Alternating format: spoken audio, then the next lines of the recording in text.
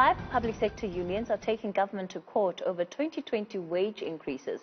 In court papers seen by Newzroom Afrika, the unions accuse government of a breach of contract. The Public Servants Association, spokesperson, and 3 others have filed papers at the Labour Court demanding that government pay the amount agreed to in 2018. Other unions affiliated to COSATU have decided to take the matter to the Public Service Bargaining Council.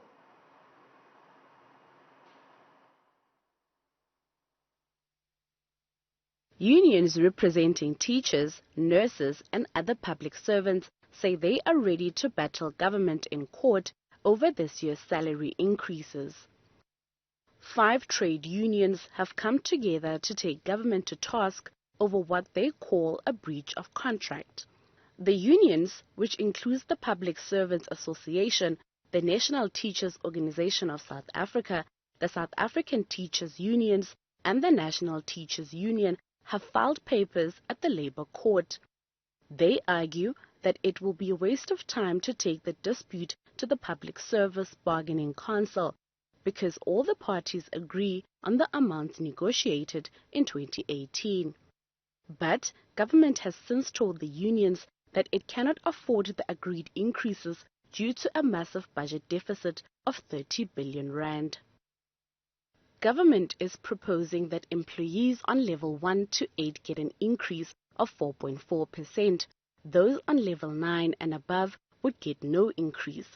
The unions argue that government must stick to the existing agreement and increase salaries of all workers.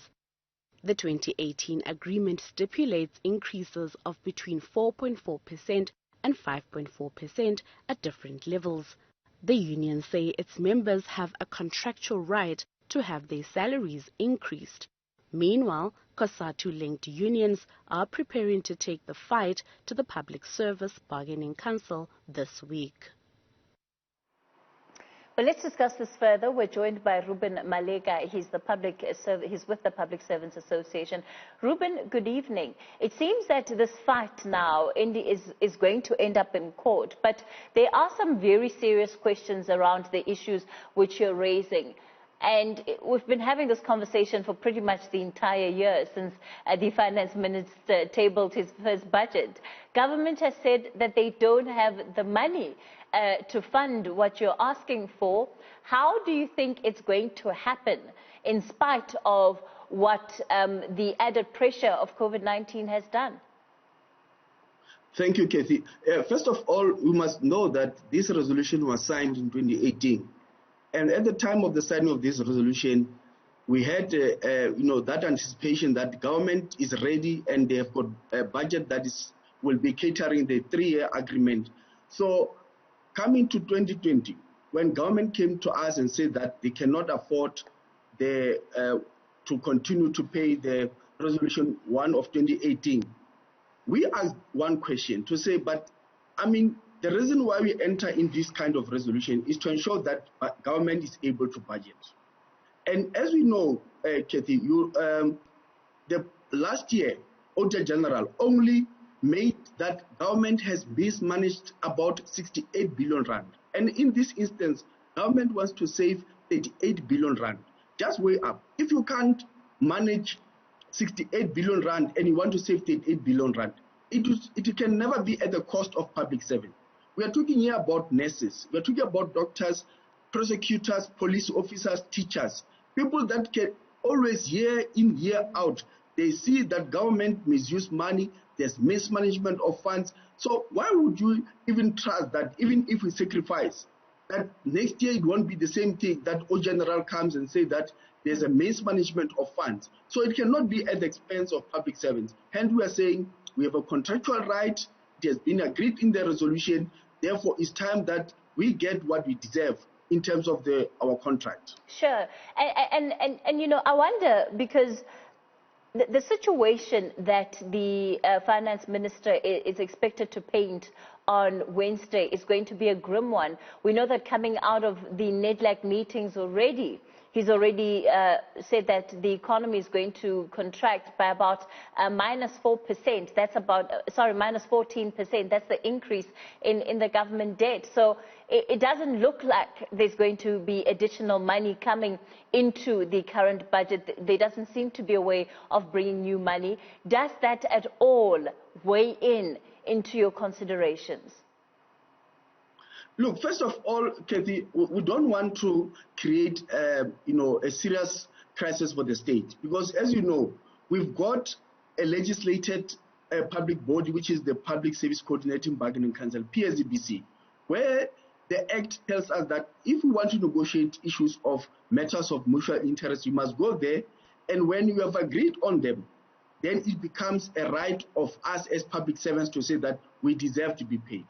But that's why this issue of saying government does not have money, we can't go back to members and tell them that let's renegotiate, because these members, they can see that, how many times do we have this report, Cathy, that says there's mismanagement of funds? And we expect that this is the only opportunity where Minister of Finance must correct the mistake that he did in February, when he mentioned that he's going to cut public service wage bill. I think maybe at the time we can forgive him that he was misinformed, because this is a resolution that is already been budgeted for. So he's got the time now to ensure that he makes budget provision to pay out this resolution. And if there's any time that they want to talk to the unions on the current crisis that the government finds itself in, we are ready, because in terms of process, we should be tabling new demands as of the coming September. Then that is for the next financial year, which is 2021-2022.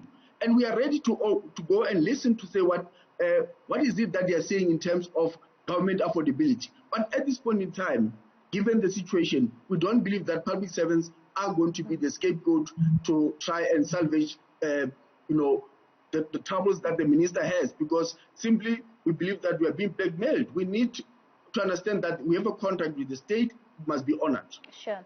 Has there been any indication in the negotiations that you've had prior to this court action that have led to perhaps a glimmer of hope for you as the union? Look, we had we have listened to the employer several times.